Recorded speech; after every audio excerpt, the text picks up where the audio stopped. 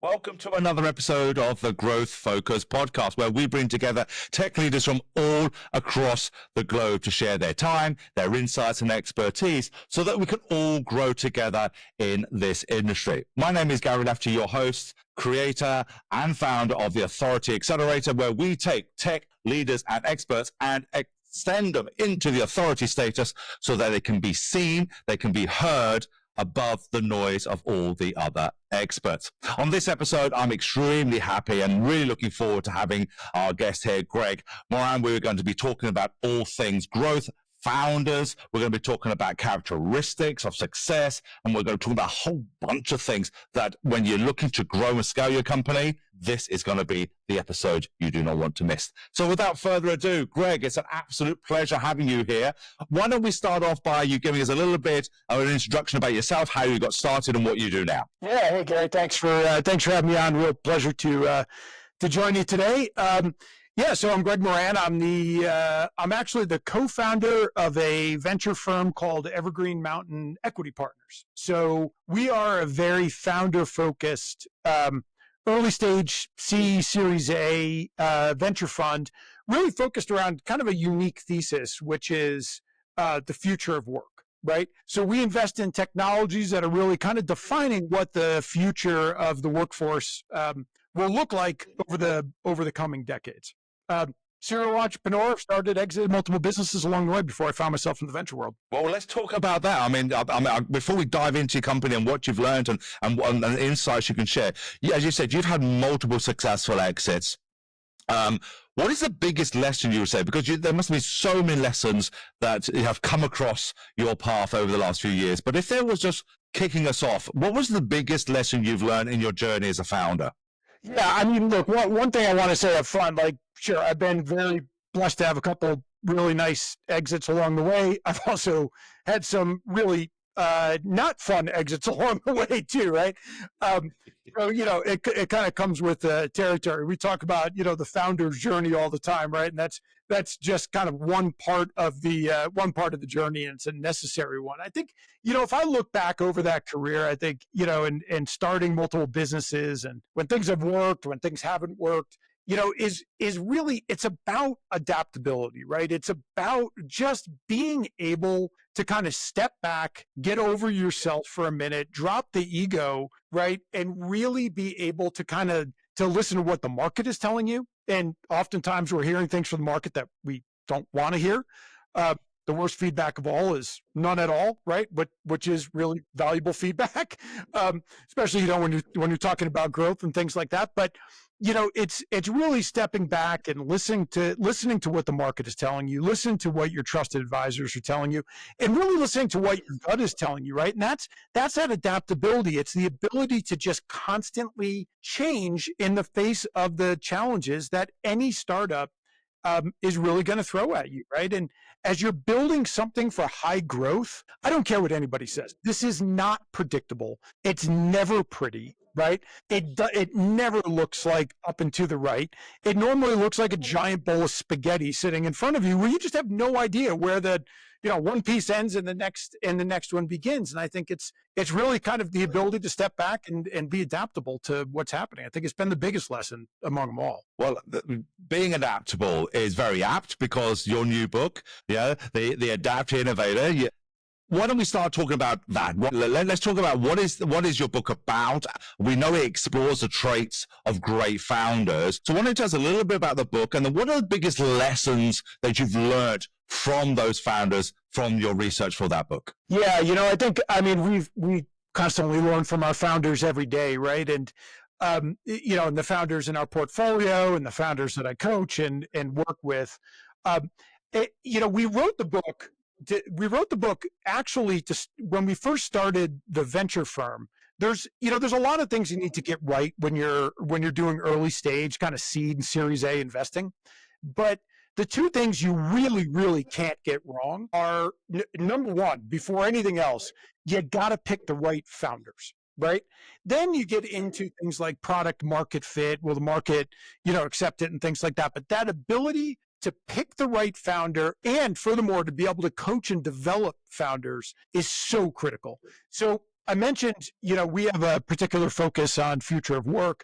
My background, the companies that I exited were all around HR related technologies, behavioral assessment, things like that. So what my partner in the fund and I decided to do was take that behavioral assessment background and said, look, we've got to be great at picking the right founders. So let's try to apply science to this, right? So we went out and we worked with a number of industrial psychologists that we've had in the past and that we worked with in the past, and went out and we studied dozens of the most successful founders that we can find. And when I say most successful founders, I mean by any financial metric, they would be crushing it, right? These are multiple 9-figure kind of exit founders, right? Because what we were looking at were, what are the commonalities? What are the things that those people have in common that maybe, are lacking in people who are getting into the entrepreneurial world, but, really, really struggle, right? And what we found was actually super interesting, because what we saw was, there's this stereotype of the successful founder, right?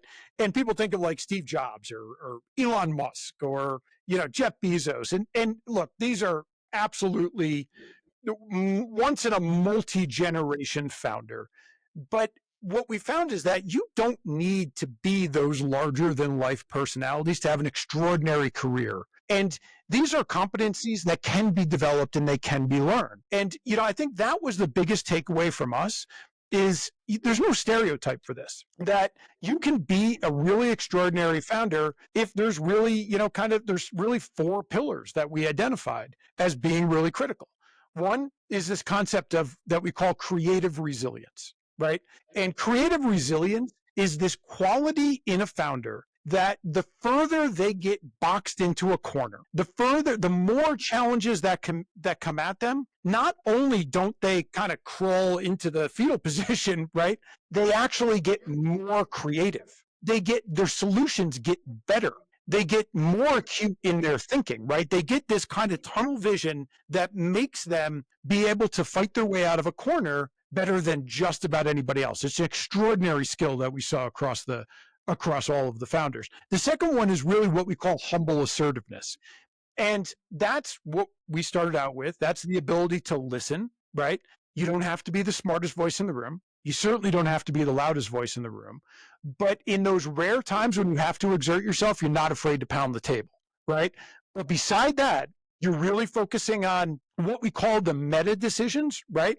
Making like those really, if I think about my career, there's probably 4 or 5 decisions that I ever made in any business that really define the business. The rest was noise. Let the team make micro decisions, free yourself up to make those meta decisions. That's where humble assertiveness really comes in. Third is balanced risk taking. You don't have to bet the farm every single day. Every day in a high growth company should not be life or death. It shouldn't be. Every decision you make shouldn't be, this is going to make us $1 billion or kill the company. That's not balanced decision. That's not balanced risk taking, right? Have a platform, have the foundation of a solid business, and then run experiments on top of that business to really understand what's going to start to propel it. The thing we tell our founders all the time, Gary, don't go to zero. Right? Like, don't go to zero. Just fight tomorrow, right? Don't kill the business, because if you kill the business, you got nothing left to fight from, right?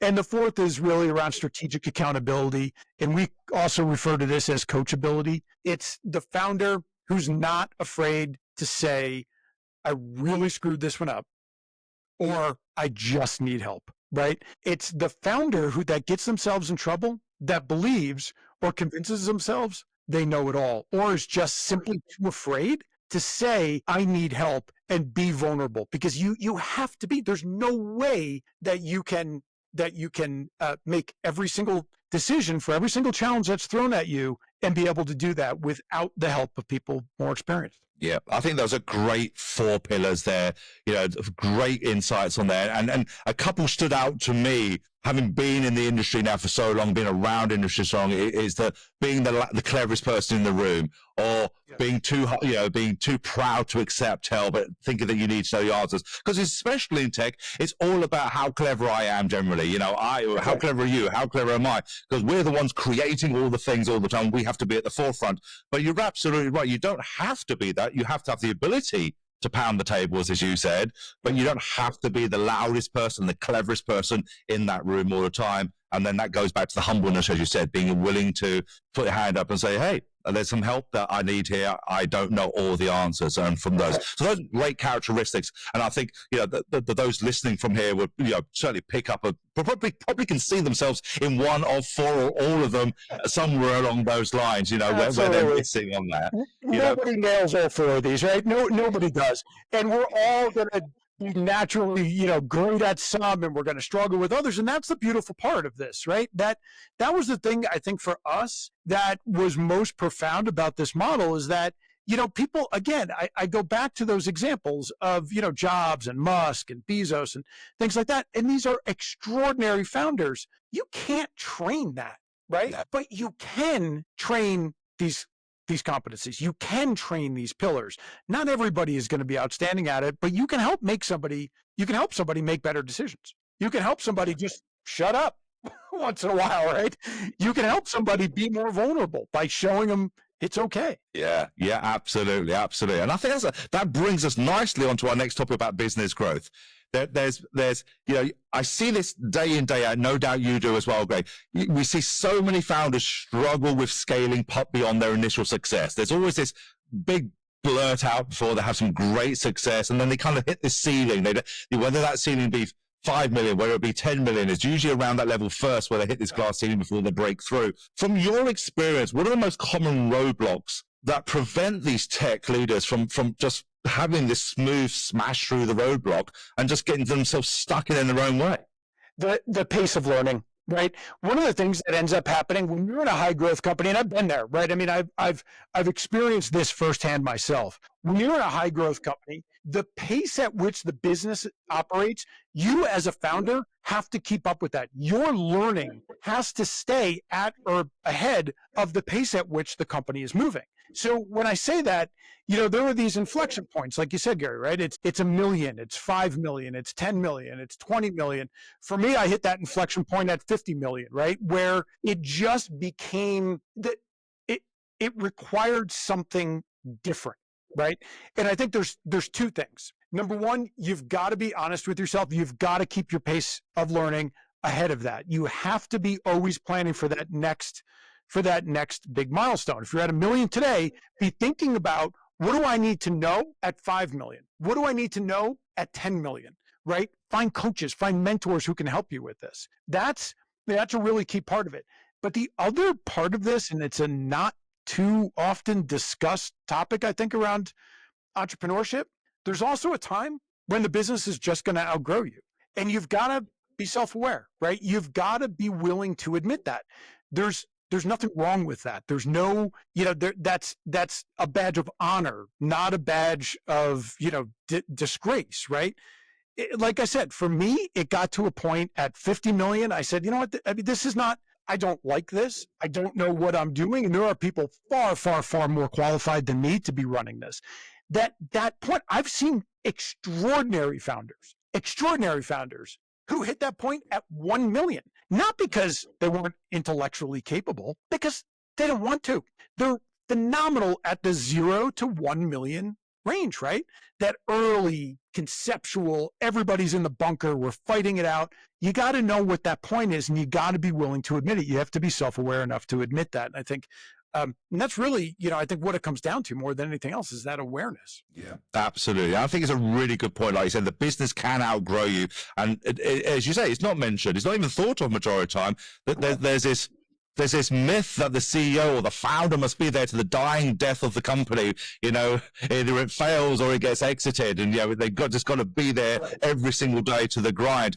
And that's when you fall out of love with it. That's right. When it becomes such a chore, and that's another roadblock and another plateau, and another ceiling that you've got to go through. So that's a really, really good piece of, a thought-provoking insight there. And well, hold on a second. Yeah, where am I in this stage? Where's my company in relation to me, where I am right now? Right. And do I actually want to progress to the next level?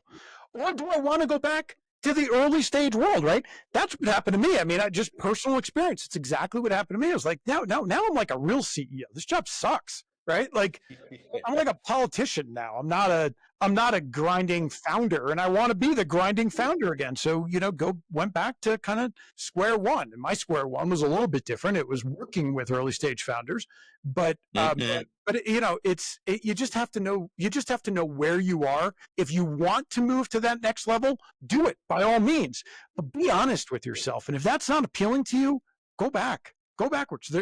It's a perfectly fine strategy for a founder. Absolutely. Absolutely. Well, let's stay on the topic of growth. What are you seeing now, having had your experiences, like you say, great exits, not so great exits? Things come and go, things work, strategies fall out of favor and do not work. In the current marketplace, what business growth strategies are you seeing that really works well in the tech industries today? I think one of the things that we're seeing right now, which is super interesting, and I know you're in this world, so I'd love to hear your perspective on this too, Gary, is this, there's really kind of two things I think they're happening. They're interrelated, right? One is obviously the growth of AI.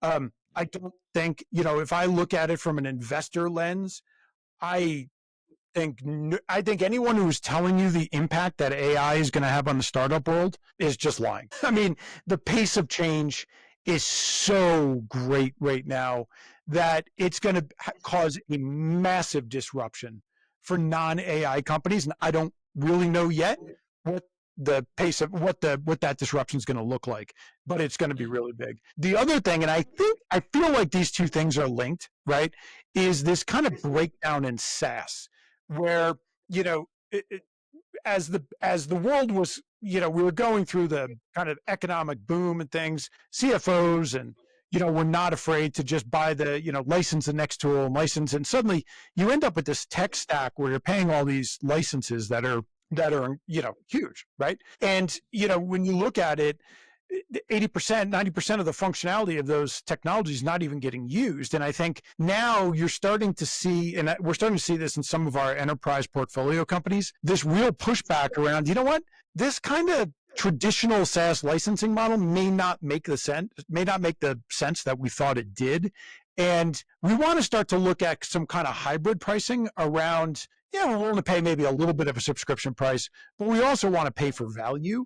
And I think those two things are going to be huge drivers as we kind of look at what the next few years of real growth within high growth companies, right? Growth within venture backed and companies. Yeah, I think I can definitely say from my experience from this, the SaaS model is almost over that bell curve now. It's on its way down. We have to start seeing people are looking for different things, and you said it perfectly. There's more of a hybrid model. We want the easy subscription model, so it's always there, but we also want that extra little value, extra little bit of personalization, rather than that cookie cutter approach of that's what it is, that's what is coming out of the box, and that's where I think the next level of growth is going to be. It's not just purely on SaaS, and VCs are even seeing that today. They're looking at it and they're saying, do you know what? That was where we were going before, but actually the amount of time and effort and money it's taking to control the churn and keep having to get new people on board, right, there's a better way of revenue generation from that, and that is we're pushing towards that revenue model. Yeah, exactly. And I think you look at traditional SaaS companies, right? And again, we have a number of them in our portfolio, so this is just kind of the reality. I think what you see is, unless you're growing at a really, really significant rate, that you get to that point around 10 million or so, that plateau. And in a market like this, that where churn, even if you're at, kind of top quartile performance in SaaS and your churn is, only 10%, right? So you're, 90% gross retention, which, by any measure, real solid gross retention. Your first $1 million of growth every year is just trying to replace what you just lost, right? It just becomes harder and harder to do that. It's a challenge. And I think, you combine that with sort of the forces around SaaS pricing and things, it's just gonna require a different way to think about growth. I think that's really, really tied to the value that somebody is deriving, and also, as much as I hate to say it, the usage. Yeah, absolutely. It's like a totally dirty word in SaaS, right? But yeah. So that being said, so we know what's getting to work, where we believe the industry is going to be heading, and what's going to be sort of put by the sideline. But one thing that we can't really get away from, especially within the tech industry, is what I call the demo loop. When they're getting into it and they get stuck in this demo loop, sales cycles are obviously taking longer and longer and longer because it seems like everybody and their dog now needs to get into the buying process and the buying decision process. Right. And therefore, we're getting stuck in this, got to do another demo, got to do another demo, got to do a demo. What insights or advice would you have, or probably insights from your portfolio that those are there that say, this is how we break that. We've got to take back control. We've got to take back the frame. We've got to start taking and not handing so much power over to the buyer now and start guiding them into how to buy. Yeah, that statement that you just made, the end of that last sentence is guiding them to how to buy, right? Is a really, really important one. And I think, a lot of founders that I see and a lot of leadership teams and high growth companies, like they've never been buyers themselves. They don't necessarily, this is especially the case when you start to get into enterprise, right? They don't necessarily understand what a corporate buying process looks like. And then you start to you add some risk aversion, where there's like more of a risk on kind of environment inside those companies. And that's where you see this demo loop, right? It's like, okay, I think I want to do it, but we got to pull, these buying committees become enormous, even for relatively small sales. Right. And I think teaching your buyer how to buy, because we take it for granted that they may not actually have any idea. They probably are not purchasing your CRM software or your, hiring solution or your health and safety software or something, right? You really, they're not normally buying that. They don't necessarily normally know what to look for. And what they really likely don't know is how to build a business case, right? So I think it's teaching them, here's what the value that you're going to derive. Here's what the value from a solution like this. Forget our solution. Here's how you need to be thinking about ROI, right? Here's how you need to be thinking about value from an investment like this. Then let's talk about how we can deliver that value, but really teaching them, here's what a process and guiding that process. I see this in our portfolio. I see it in companies I coach. They're just acquiescing, right, to what is being asked. Okay, now can you do another demo for Gary? Sure. Now can you do another demo for Greg? Yeah. Now can you do another demo for Ira? It's like, okay, wait a second. Here's how this process typically looks. One of the things that we coach our founders to do is have a simple slide, right? Here's the process. Here's what here are the 5 steps in typically our selling process or whatever it is. You, Gary, my prospect, does that make sense to you? Is this a process that we think you can follow? If not, let's modify it together so we both understand exactly what's going on here, right? I think that guidance of the process becomes a really, really important thing. And to be ahead of ROI, do not assume that your prospect understands what the value that they're going to purchase, because they're thinking, most of the time, they're thinking value in terms of functionality. One of the things we talk about, Gary, all the time with our founders, and this is a lot of the stuff we coach on as well, that I coach on as well, is around this concept of a horizon metric, right? It's one metric. There's a core reason that your buyer is buying your software that they're not articulating to you, right? But there's something under there. They're talking about it in terms of workflow. They're talking about it in terms of all these boring company terms, right? Well, we need a better workflow for our sales force to do blah, blah, blah, blah, blah. But there's something underneath it. What's the pain that they're really, truly trying to solve? But what is that underlying issue that they're trying to solve, right? And then orient your company. So this is that nexus, right? Orienting your company around that single metric. So I'll give you an example of a company I work with right now, right? Sales enablement CRM. You ask customers the biggest reason that they're saying that they need to buy, well, we need automation for our sales force to accelerate the, sales cycle, and we want to automate this and automate that. But really what they're trying to do is help the rep sell more. Like, nobody's saying it like that, but that's it. And at the end of the day, within that organization, that's all they really care about. Right? There's nothing more to it. So, the functionality is the how, but that's the why. We need to help our reps sell more consistently, sell more, whatever, fill in the blank, right? And then orienting the company, orienting the actual organization, the startup, around that single metric. So if you're out building product that doesn't help the rep sell more, if you're out communicating in your messaging something about functionality and not how it helps reps sell more. If you're talking about something else out in marketing, except that, you're missing the boat, right? So it's that horizon metric to align startup operations with that core reason that a company buys. And I think that will help guide the process as well, because it just gets everybody clear about what are we doing. Yeah, absolutely. It's finding it, and this is what I'm finding especially within the tech, and I've seen it in the engineering, and I've seen it obviously in accountancy as well, but especially in tech, is there's this, I'll build it, they will come, because it's so great, and therefore I only have to talk about its functionality because it's going to be absolutely super, as opposed to, and this is why they're finding themselves stuck in the sea of sameness, because everyone's sounding the same. No one's actually stepping out and saying, I can fix your bleeding neck problem. That's the problem you have, how I can come out there and fix that problem. Right. So that leads us really into authority, because obviously in our realm, with what we're doing is building authority to sell more. That's basically words, coming above that noise. Yep. You studied some really great high-performing founders. How important is this personal branding and authority building for businesses today? It's definitely becoming more important, right? I mean, the corporate brand, there are definitely some notable exceptions, right? If you're Tesla, you're SpaceX, you're Amazon, you're Apple, your corporate brand obviously has an enormous amount of equity. Most companies, that's not going to be the case. That's not ever going to be the case. And that brand, that company brand becomes less and less authentic to the buyer than the actual story, right? And, I bring it really back to, when you think about personal branding for a founder, I bring it back to the story, right? What is the unique story that you have? Every startup, every founder has a compelling story. What is it? Why did you really do this, right? And just simply tell that story. Like it's an important part of your sales process. It's an important part of your marketing. You are so many founders at that early stage. They are the business. I think, my previous companies, we were probably north of 10 million before other people, like there were sales happening where I wasn't involved on some level and things like that.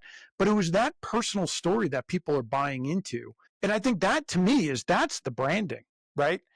It's also, I love when founders kind of tell the story of the startup, like building in public, right? They're telling the story of the startup, struggles and all, as they go. And it just becomes so authentic and so real that it really does become part of that brand. And I think it's just becoming more and more important. It's a tiny, tiny, tiny percentage of founders who are willing to do it. But I think the ones who do, it can really have a pretty compelling impact. Instead of going out and nobody cares about your company LinkedIn page, right? We've dealt with a lot of companies, and I could probably count the amount of visitors they get on one hand, right, in any given day or week, and nobody cares. But they do care about the founder, because that's where the story lives. Yeah, absolutely. And that, I want to get your insight on this one. I want to get your thoughts on this one, because in tech aren't known for being outgoing. Generally, they're not outgoing. So a lot of founders find it really difficult to put themselves in the spotlight and showcase. So yes, I understand. I can tell my story, and I understand that gives me more authentic. But it's not the way I'm built. I'm not built like that. I'd rather be behind a keyboard. I'd rather be behind a screen. I'd rather be behind that. And things. What mindset shifts do they need to start embracing so they can break free of that and start standing really high and above their competition? Yeah, I think, don't be quick to denigrate it, right? I think is what I would say. It's a difference between, I don't want to be the one to do this, versus this is bullshit crap. Sorry, I don't know if you're allowed to swear or not, but this is bull, right? And you're not allowed to, I'm just not willing to participate. Those are two really different things. I see founders all the time who say, like, oh, man, I hate this. Like, I don't want to do this, right?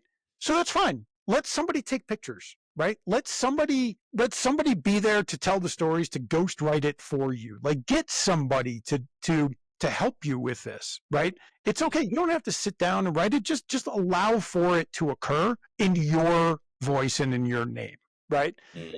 But that's different from, hey, I just think it's stupid. I'm not doing it. And I've seen founders go that direction, and it's unhelpful. right? If you don't want to be the one to be the face, or you don't want to be the one to have to actually do that work, let somebody do it for you, but tell the story. Yeah, absolutely. Couldn't agree with you more. It's, as I said, otherwise, if you're not telling your story, no one's telling your story. And if no one's telling your story, then you just sound like everybody else again. And I know I keep coming back to this, but if you keep sounding like everybody else, then you're just lost in all the noise. And you've got to do something different to break free from that. You just have to if you want to succeed and really break through and move forward. And I want to talk one thing I would add to that, Gary, just to add one sort of point there. One thing I would add is it's the one thing that's uniquely yours, right? Because most, look, I don't care what you're starting today, unless you're starting, sex or, and even that has Blue Origin, right? Even that's got a competitor. Unless there's almost nothing that you're going to be starting that is so profoundly differentiated that it's going to be enough, right? But the story of the startup, that is uniquely your story. Nobody can copy that. You own it. It's yours. And then so many stories come off that. Because you can just keep delving there. It's not just one linear story. There are so many lessons and things that you can show your authenticity. And this, we're seeing founder-led sales to a degree, all the way up to 15, 20 million. $20 million companies are still doing founder-led sales to some degree. Absolutely. But I see so many of them just dump this marketing onto a marketing team or a marketing agency or a marketing thing as soon as they get to 1 million or something and stop doing it. And it just loses all that panache and passion that they had in the first place from doing it. Yeah, give me leads, right? Becomes kind of the mantra. And it's just, that's not, I just think about, I think about, look, we did so many things wrong, right? But one of the things, in my last, company that I think we did right was we just had a lot of fun with the brand early on. We took chances with the brand, we took risks with it, and we just had fun because it just became, and we were in the HR tech world, right? I mean, we're selling HR people. This is not known for its like out there innovation as a market, right? Highly risk averse, but we could take risks with the story. We could take risks with the brand, and it just, it made us come to life in a different way than our competitors did, and it worked. Yeah. That's a really, really good point. Really good point. Well, as we're drawing to the end of our time and our interview together, and I say this almost on every episode, I'm so grateful for the guests we have because time flies so quickly because we're having such great fun at doing it. I'll be doing the listeners and and you as well if we don't talk about navigating investor relationships. Yeah. There's going to be people out there who are probably at a stage now where they're thinking, okay, outside investment, got to get some more. What are the top 3 tips you could give people for the best way to navigate this? Because it is a bit of a jungle out there. That when no one's really teaching you the right way, and if they are, they're sort of pulling you from pillar to post. Yeah. So, what would you say is the top three tips you could give people on this?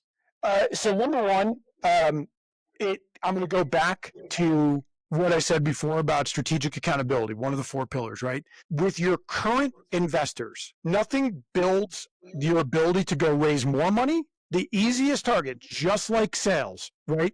The easiest target you have to raise more money is from your current investors. Just like the easiest revenue you can get is from your current clients, same thing goes with investors. Be transparent, be coachable, be somebody they want to invest in. Be somebody that is actively listening to what they're saying. Doesn't mean you're doing everything they say. I'm an investor myself. I come up with more bad suggestions than I come up with good ones, right? I do not expect every founder to go do everything. Pray to God they don't go do everything, sort of hatch it, right? But I want to have a dialogue. I want to be a strategic partner, a thought partner with them. And that's just a really important point. Be accountable, be vulnerable, admit when you screwed up, ask for help when you need it, right? That's going to be what builds that relationship with your current investors to open that source of funding for you. The thing I would also talk about with new investors, in fundraising is not a point in time. I get pitched every day, every single day. If I showed you my LinkedIn, it's ridiculous. Like the amount of random DMs I'm getting with people, I have no idea what they're doing. I don't know who they are. It's okay to send that random pitch, but what is going to differentiate is picking those few investors that have some experience in your space in building a relationship. Almost every dollar that I raised, Gary, came from companies or came from investors that I had been building relationship with for multiple years, right? And every quarter, I told them our story. I updated our story. Hey, Gary, the investor, here's what I said we were going to do last quarter. We came close. We missed a little bit over here. We nailed it over here. How are you seeing the space? What do you think is evolving? What are the things that you think I should be thinking about? I made them a part of my advisory board, right? Before they even knew it, and I even knew it, right? But we were developing a relationship together. And, that became, so then when the time came to raise money, it was, hey, Gary, look, we're actually starting to think about a raise right now. Awesome. Let's talk about it, right? Because they knew the story. They knew me. I had been keeping them up to date. So don't treat this as a point in time kind of situation. Bring the story along. Don't blast out to everybody out there. Really go out and find those investors who are best suited for what you're doing. It takes a little bit of digging, but just like in sales, figure out your ICP, right? And then use that ICP to start to build a relationship. It doesn't happen overnight, but it's gonna take time. And I think the third thing I would say, build a great business, right? One of the things that scares me as an investor away from a lot of businesses, I can sniff out businesses that are, there's these sort of what I would call chronic fundraisers that are out there, right? Where the competency of the business appears to be fundraising, right? There's not a lot of talk of the business, right? There's a lot of talk about fundraising, deal structure, things like that. Build a great business that people want to invest in.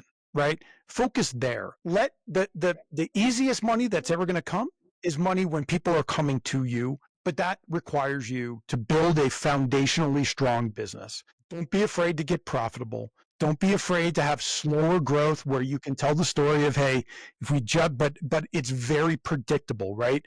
Build a predictable business that people can see, hey, if we add a little bit more gas to this and we put $1 in the bottom, we are in the top of the funnel, we believe that we can see how $3 comes out. I invest all the time, and I joke with founders about this. I don't invest. I look at deals all the time where it's like, look, if I stick $1 in the top of the funnel, what actually comes out the bottom? Sometimes it's another $1, other times it's a nickel, and sometimes it's like a zebra, right? And there's no predictability to this whatsoever. And I think that's what you need to get to. But that requires building a foundationally strong business. No, that's fantastic. I love those three things. Listen, one of my guilty pleasures on these podcasts is always that I have always a loaded question to ask as a final question to my guests. Great. And you have given so much advice during our time together today that, I'm thinking, well, what could I possibly ask? Usually it's always around, what advice would you give? What, if you had to distill the whole interview, what would it be? But I'm going to go a little bit curvebally here, and I'm going to ask a different type of question. As you've given so much today on this, there's going to be founders here, no doubt, who are listening, who are now thinking, gosh, there's so much I didn't think about, and this is probably one of the reasons why I feel stuck. If a founder is feeling overwhelmed today or stuck, here's your question. If a founder is listening and they suddenly found themselves stuck in this procrastination loop, they just can't get past where they need to get to, what is one immediate action you could give them that'll just get them back on track and moving forward again? Get a coach or a mentor. Get somebody who has experience, who has done this before, that can help be that voice. There are few more lonely jobs in the world than being the CEO of your own company. Everybody is relying on you, right? If you've got a family, it makes it even harder, right? You've got investors, you've got employees, you've got customers. The weight of the world is on your shoulders. Get help. Talk to a coach, talk to a mentor, talk to somebody with experience. You will be amazed how easy it is if you reach out to somebody and it makes sense, right? Hey, I know that you've built something like this before. I need some help. Can you just help guide me a little bit? People will respond. It's amazing how willing people are to just give back, but get that person that can be that sounding board, be that person sitting there on your side, to be the shoulder to cry on, to be the person to give you a kick in the butt, to say, get over yourself, right? Or that person to say, hey, I hear your idea. I see where you're coming from. Let's kind of beat that up a little bit, right? You have to have it. You've got to have it. And your employees and people inside your company, they're not the right people for that because they're relying on you too, right? As much as you love them, they're relying on you too. Well, that is a brilliant place to end. Don't be scared to reach out. There are people out there who are more than willing to help you. You just got to ask. They're not mind readers. Reach out to them, and they be surprised. I think Greg, that's a fantastic piece of advice to finish our interview on. Now, if people want to get to know more about what you do, if you can help them, or more about their book, what's the best way of getting hold of you? Yeah, sure. So the easiest way is just find me on LinkedIn, right? It's just, / Greg Moran, GregMoran, just as it sounds. Super active on LinkedIn. Drop me a message there. You can email me directly if you want to at greg@EMEP. That stands for Evergreen Mountain Equity Partners, EMEP.io. Book is coming out right around March 1st. So, if you're interested in ordering a copy, we can get you through the Evergreen Mountain. If you go to emep.io, there's a landing page on there where you can put in for a pre-order of the book as well. But yeah, I mean, I'm super easy to find. I'm all over LinkedIn, a little less on X, but all over LinkedIn, and or just email me. I'll make sure those links go into the show notes below so people can get hold of you. Well, Greg, thank you very much for your time today. Not only your time, but your insights, your expertise. You've given so much today. It's been an absolute pleasure having you on today. Likewise, Gary. Appreciate you having me on. We'll see you soon. Yeah, absolutely. And ladies and gentlemen, thank you for joining us for yet another episode of the Growth Focus podcast. No doubt you'll have taken so many insights or just little bits of information that you could use to grow your business. And if you have, do not keep them to yourself. Please make sure that you share this to others who need to hear it as well. Remember, we grow by helping others grow as well. So until next time, guys, keep striving, keep being profitable, and we'll see you on the next one. So bye-bye. See you later. Bye-bye.